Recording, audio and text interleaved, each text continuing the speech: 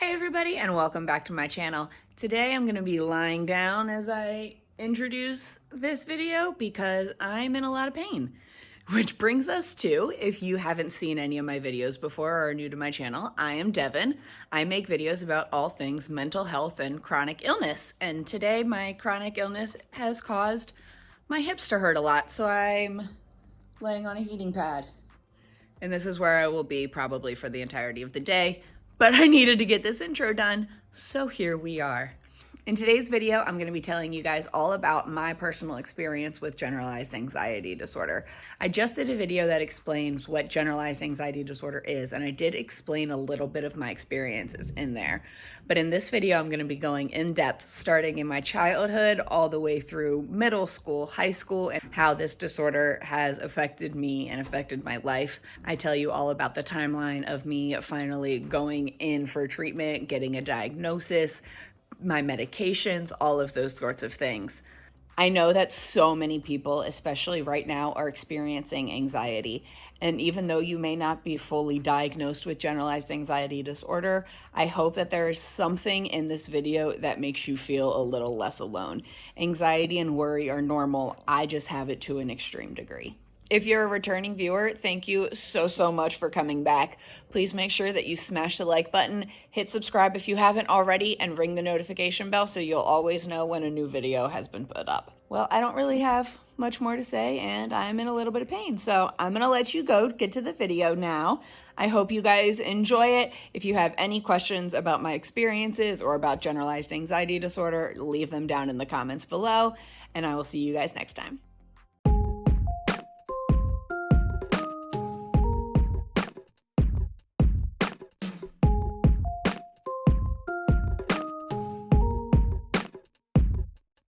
Now, I'm going to transition a little bit here and talk about my personal experience with generalized anxiety disorder, but particularly when I was a child.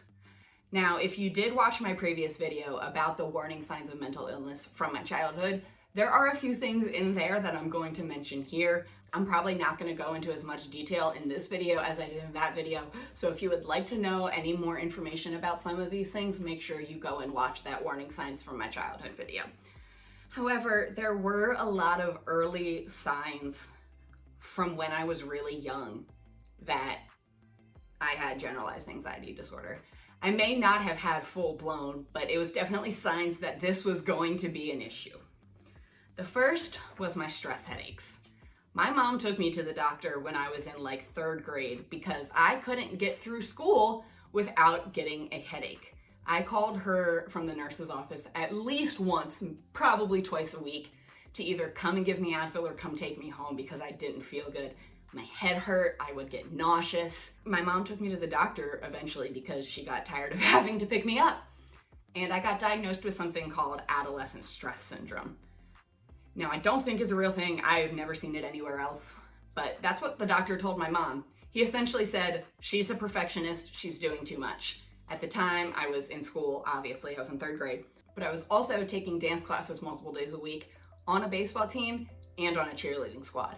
I was so stressed out. It was almost like I was a child with a full-time job. You go to school all day, then you come home and you go to all of your activities, then you come home from that, and then you can go do your homework, and then you try to sleep. It was a lot. So the doctor recommended my mom cut out 2 of the 3 activities that I was doing. I stuck with dance, ended up dancing all the way through my senior year of high school.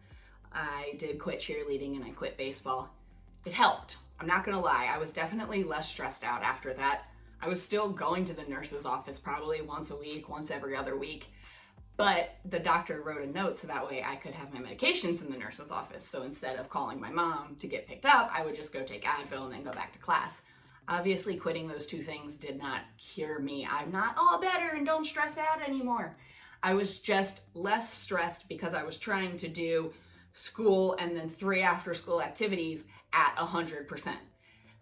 And you can't give 100% of yourself to everything because then there's nothing left. So I was giving a little bit less of myself once I cut back my activities. I was a little less stressed, which helped, but it didn't cure it.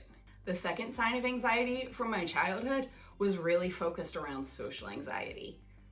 I didn't like talking to kids my own age. I was actually always the kid at recess that was talking to the teachers because, I don't know, I felt like they understood me more. They weren't judging me as much. Kids terrified me. The teachers, I'm like, they are literally here to help me. It is their job. I was a teacher's pet 100%. But like the kids scared me, which is weird because I was still an actively social kid. I had friends, but I would prefer to talk to the teachers. I had friends that I could go play with, but I would probably speak to them at school and then never speak to them outside of school because I was too scared. Starting in 4th or 5th grade, I told my mom I didn't want to have birthday parties anymore. I believe I told her at the time it was because I was too old and like, those are for babies, or I just didn't feel like it, something like that. But it was because I was genuinely terrified no one would show up. The idea of having a birthday party stressed me out. What would we do? Who would we invite? What would we eat? Would they be happy? Everybody would think it was dumb. I was scared. So I stopped having birthday parties, and I haven't really done anything for my birthday big in a long time. Because unless somebody else plans it, then I won't do it. Because I'm too scared that nobody else will show up. Obviously, this year I was in quarantine. My husband made it as perfect as he could. And really now I kind of prefer a more low-key birthday. I'd rather hang out with my husband, see a few of my friends, and then just chill, you know, hang out. I'm getting older. My body's not as good as it used to be, which is kind of sad because I'm only 26, but it's true. I get tired. So I prefer a more chill birthday now. But when I was a kid, I would have done anything to have like one of those giant Sweet 16 birthdays every year. I like attention, but I was just scared. I wanted to make friends, but I didn't know how to. We're gonna move forward a few years now. We're gonna go into middle school. And I don't know about you, but middle school was probably some of the worst years of my life. When I was in 8th grade, I believe, my mom lost her job and started drinking a lot. And it was at that point that I felt I had to kind of step up and be a parent at 12 years old and kind of show her how to be the responsible one. I had to listen all the time to conversations about money. I can't tell you how many times I was told we were going to have to move because we were losing the house. We couldn't afford to pay bills, but then she would still go out every night to the bar. So not only was I going through some of the worst times in a girl's life ever, like middle school is not fun for anyone. Obviously, I said that before, I'll say it again. I hate middle school. Middle school sucks. So it's already a rough time. You're going through puberty. You're trying to figure yourself out. I'm already overly anxious about everybody around me, what they're thinking about me, how I'm doing in school, all of those things. I'm already an anxious kid. I'm already worrying about everything at school, worrying about myself because again, puberty and you're all awkward. And then I had to worry about adult things. I had to worry about our finances. I had to worry about whether or not my mom was gonna make it home safe because she loved to drink and drive. I had to worry at 12. Now, I will say we never lost our house. She still has that house. She somehow found a way to make it manage. But all of that stress was put on me. She was allowed to go and drink it away, and I was stuck at home worrying about whether or not we could pay our bills. So that didn't help. That did not help at all. I became much more anxious. Like I said, I felt like I had to grow up. I felt like I kind of had to be the parent, which was hard. I mean, nobody should have to do that. So while I was also dealing with all of my anxieties from when I was a smaller child, all of these anxieties that my mom has now put on me, I also had to have my first real experience with death. And if I cry, I'm sorry, because it may be, 13, 14 years later, but I miss her so much. My aunt died.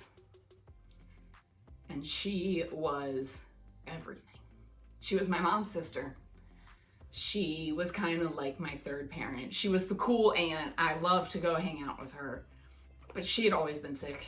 She had rheumatoid arthritis as long as I had known her. She had a bunch of health issues and complications. If anybody knows about prednisone and the long-term effects of that, she was on that for like 20, 30 years. So she had a lot of health problems. I mean, I always knew she was sick, but I didn't think that was going to happen. And I lost it. I remember afterwards, my brother would sit there and play video games, and hold on. My brother would sit there and play video games, and I would literally just look at him and think about that fact that he was gonna die. I didn't know when, I didn't know how, but all I could picture was his funeral. I've never handled death well. Clearly, I mean, it's 14 years later and talking about her makes me want to cry. But that experience with death at the same time that my mom was really drinking, and my mom didn't handle it well either, but I'm not gonna blame her for that. Shoot, it was her older sister. Like, your sister died. You don't expect somebody to take that well. But I didn't have anybody to talk to. I didn't have anybody who I could talk to about how I felt or these things that were going through my mind. I think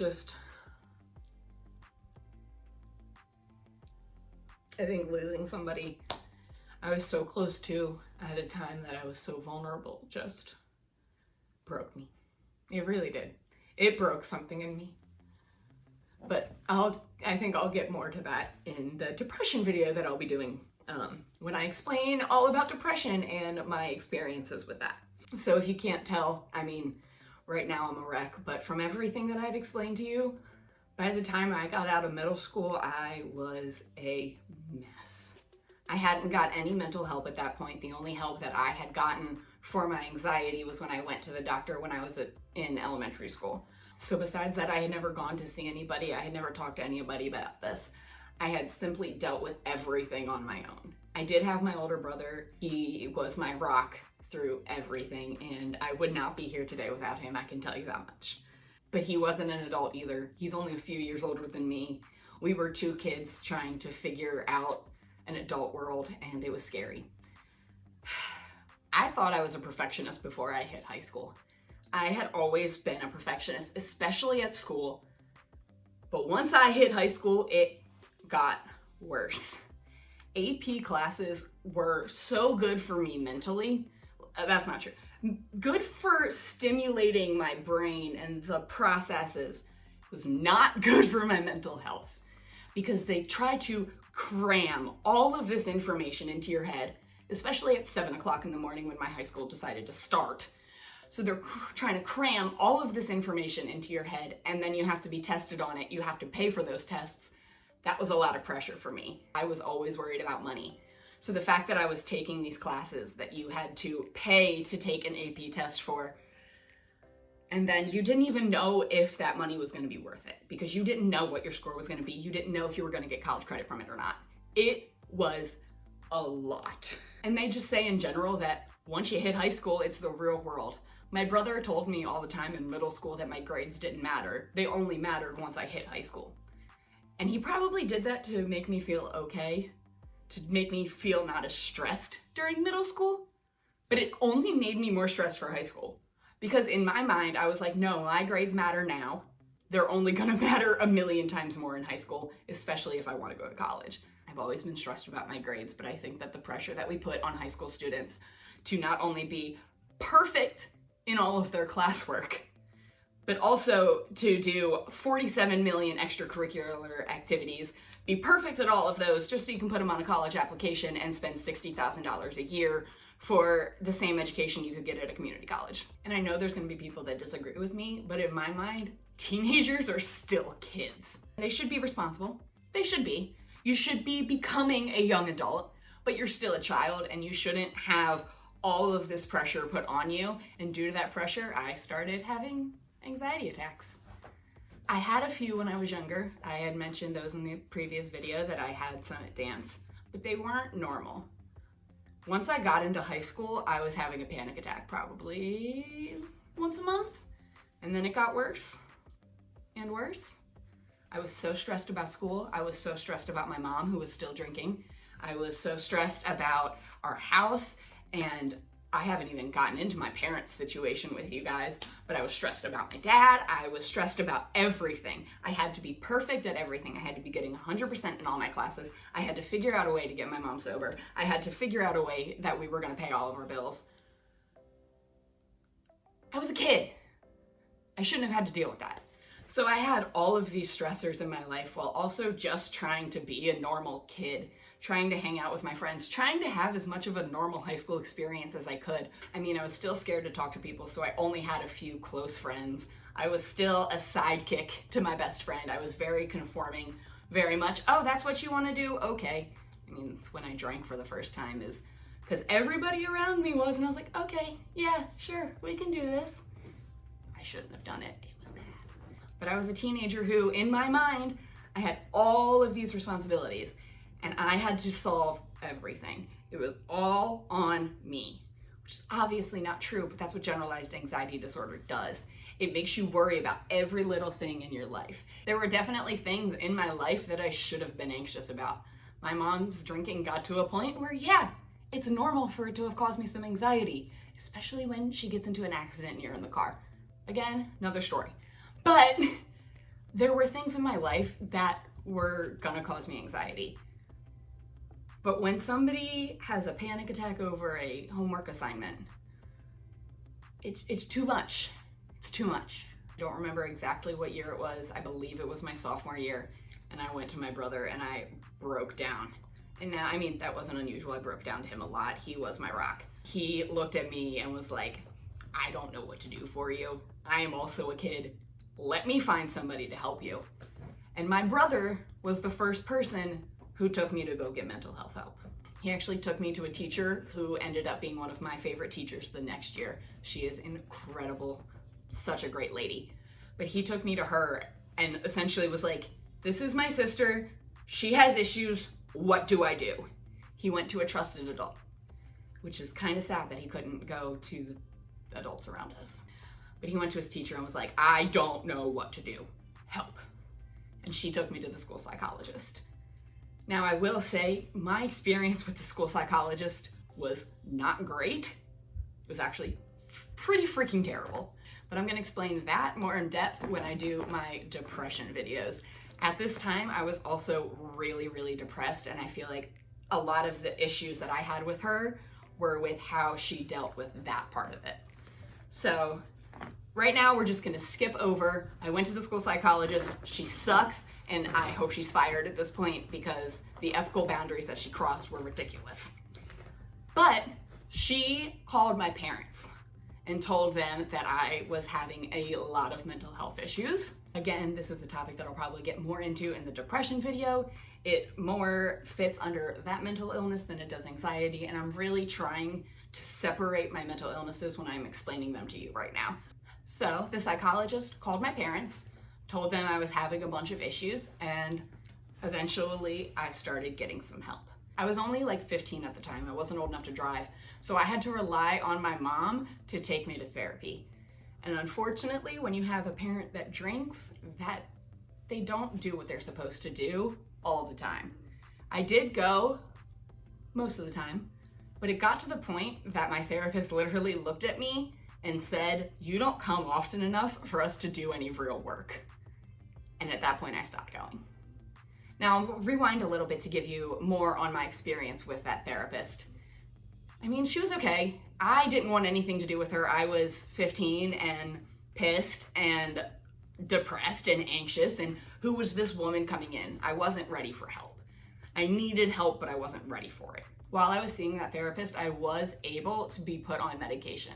I wasn't put on anything specifically for anxiety. I was put on an antidepressant that is also supposed to help with anxiety. But once I stopped going to therapy, I had to stop taking my medications, which is very dangerous. Do not stop taking any sort of psychological medication without doctor's consent, approval. You need to go through the steps or else it can really mess with you, and I'm really lucky that nothing happened to me. While I was going to therapy for that short period of time, my therapist was super, super focused on my anxiety, which, I mean, was probably helpful, but I didn't care. I was more focused on my depression.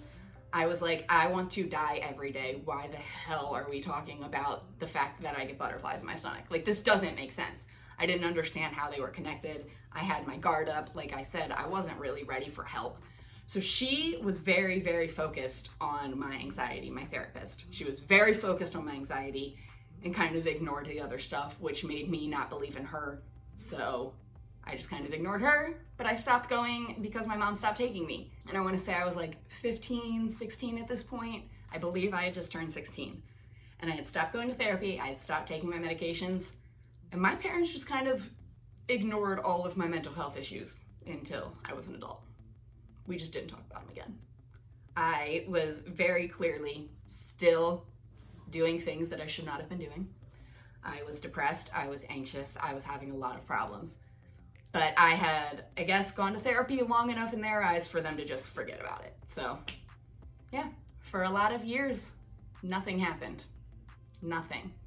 I broke down to my brother every other night. I had panic attacks all the time. I dealt with it because I didn't really have another option.